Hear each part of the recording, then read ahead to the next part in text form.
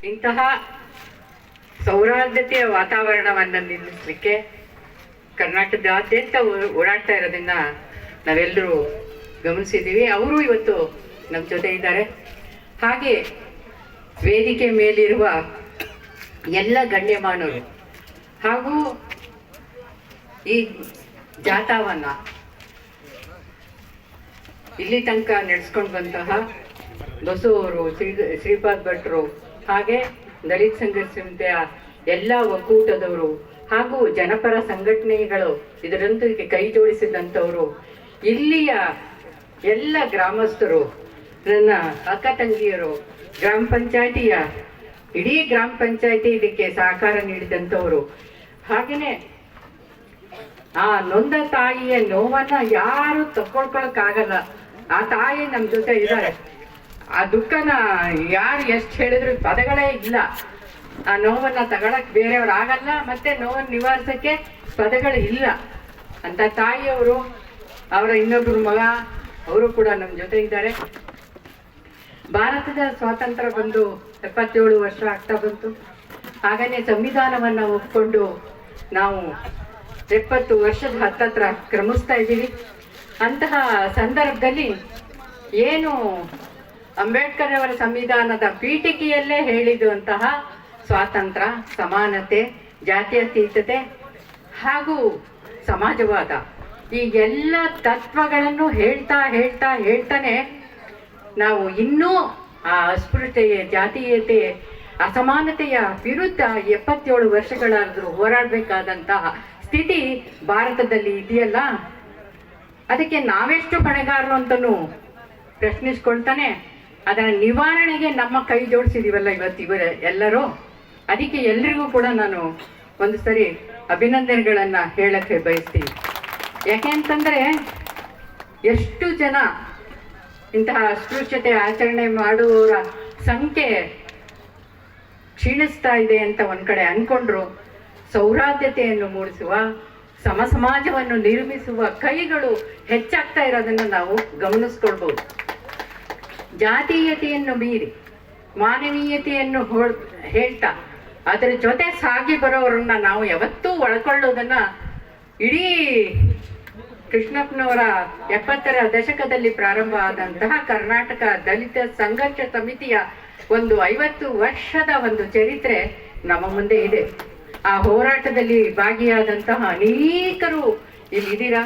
ಹಾಗೆ ಅದರ ಮುಂದಿನ ಪೀಳಿಗೆಯಿಂದ ಬಂದಂತಹ ಅನೇಕ ಯುವ ಜನರು ಇಲ್ಲಿದ್ದೀರಾ. ತುಂಬಾ ಸಂತೋಷ.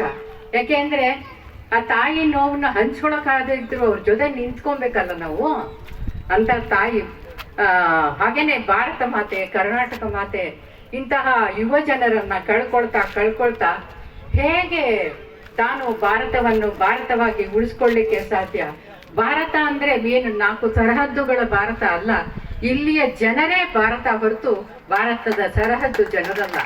ಇಲ್ಲಿ ಭಾರತದ ಎಲ್ಲ ಜನ ಒಟ್ಟಾಗಿ ಇರುವಂತಹ, ಒಗ್ಗಟ್ಟಾಗಿ ಇರುವಂತಹ, ಸೌಹಾರ್ದತೆ ಇರುವಂತಹ, ಸರ್ವ ಜನಾಂಗದ ಶಾಂತಿಯ ತೋಟ ಅಂತ ಹೇಳುವಂತಹ ಕರ್ನಾಟಕದಲ್ಲಿ ಹೇಗಿರಬೇಕು ಅನ್ನೋದನ್ನ ಇವತ್ತು ಈ ಅಲ್ಲಿಂದ ನಡ್ಕೊಂಡು ಬಂದ ಸಂಗ್ನಾಳದಲ್ಲಿ ಸಮಾವೇಶ, ಇದು ಬುದ್ಧನ ಸಂಗಂ ಶರಣಂ ಗಚ್ಚಾಮಿ ಅದನ್ನ ಹೇಳುತ್ತೆ. ಬಸವಣ್ಣನವರ ಸಂಘ ಅನುಭವ ಮಂಟಪದ ತತ್ವಗಳನ್ನ ಕಟ್ಟಿಕೊಡುತ್ತೆ.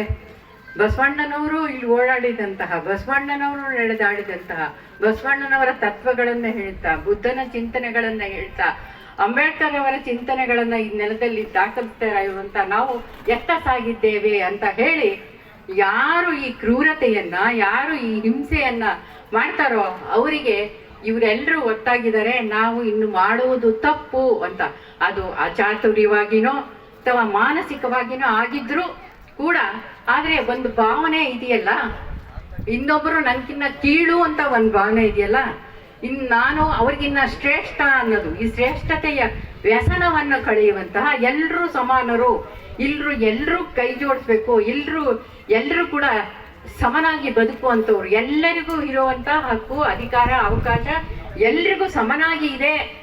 ನಮ್ಮ ಸಂವಿಧಾನ ಇದೆ, ನಮ್ಮ ಭಾರತದ ರಾಷ್ಟ್ರೀಯತೆ ಇದೆ, ಸರ್ಕಾರ ಇದೆ, ಅವು ಎಲ್ಲವೂ ಕೂಡ ಎಲ್ಲರಿಗೂ ಸಿಕ್ಕುವಂತ ಮಾಡೋದ್ರಲ್ಲಿ ನಾವೆಲ್ಲ ಕೈ ಜೋಡಿಸೋಣ ಅಂತ ಹೇಳುವಂತ ಬಹಳ ಮುಖ್ಯ ಪಾತ್ರವನ್ನ ನಾವೆಲ್ಲರೂ ವಹಿಸ್ಬೇಕಾಗಿದೆ. ನಾವು ನಮ್ಮ ಜೊತೆಯವರನ್ನ ನಾವು ಹೇಗೆ ಕಾಣ್ತೀವಿ, ನಮ್ಮ ಜೊತೆಯ ಹೆಣ್ಮಕ್ಳನ್ನ ಹೆಂಗ್ ಕಾಣ್ತೀವಿ. ಈಗ ಕಳೆದ ಒಂದು 10 ವರ್ಷದಿಂದ ನಾವು ಗಮನಿಸ್ದಂಗೆ ತಮ್ಗೆಲ್ರಿಗೂ ಗೊತ್ತಿದೆ, ಮಹಿಳೆಯ ಮೇಲಿನ ಅತ್ಯಾಚಾರ, ಅದರಲ್ಲಿ ದಲಿತ ಮಹಿಳೆಯರ ಮೇಲಿನ ಅತ್ಯಾಚಾರಗಳು, ದೌರ್ಜನ್ಯಗಳು, ಶೋಷಣೆಗಳು ಬಹಳ ಆಗ್ತಾ ಇದೆ. ತಾಯಿಗೆ ನೋವು ಕೊಡ್ಬೇಕು ಅಂತ ಮಗನ ಸಾಯಿಸೋದು, ಮರ್ಯಾದೆ ಹತ್ಯೆಗಳು, ಮಗ ಇನ್ನೊಬ್ಬಳು ಹೆಣ್ಮಗಳನ್ನ ಮದುವೆ ಆಗಿ ಹೋದ ಅಂದ್ರೆ ತಾಯಿಯನ್ನ ಬೆತ್ತಲೆ ಮಾಡುವಂತಹ ಕ್ರೂರ ಮನೋಭಾವನೆ ಯಾಕೆ ಹುಟ್ಟುತ್ತಾ ಇದೆ? ಇನ್ನು ಬಸವಣ್ಣನವರ ತತ್ವ, ಬುದ್ಧನ ತತ್ವ, ಅಂಬೇಡ್ಕರ್ ಅವರ ತತ್ವ, ಕೃಷ್ಣಪ್ಪನವರ ಚಳುವಳಿಯ ಯೋಚನೆಗಳು, ಆಲೋಚನಾ ಕ್ರಮಗಳು ಯಾಕೆ ನಮ್ಮಲ್ಲಿ ಒಳಮುಟ್ತಾ ಇಲ್ಲ?